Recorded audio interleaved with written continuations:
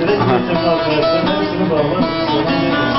Ben de o şöyle çocukları şöyle maviyle kandırıp götüren. Çok güzel ses. Yani hiç kimse kaçırmaz.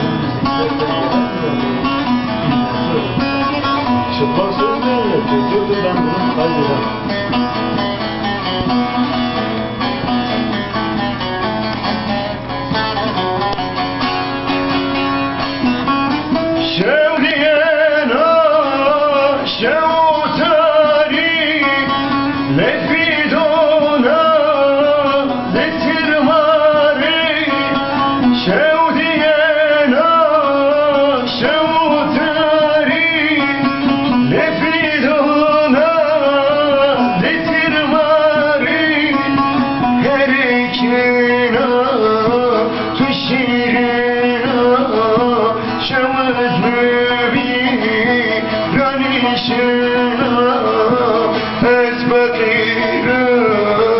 Belen gaza,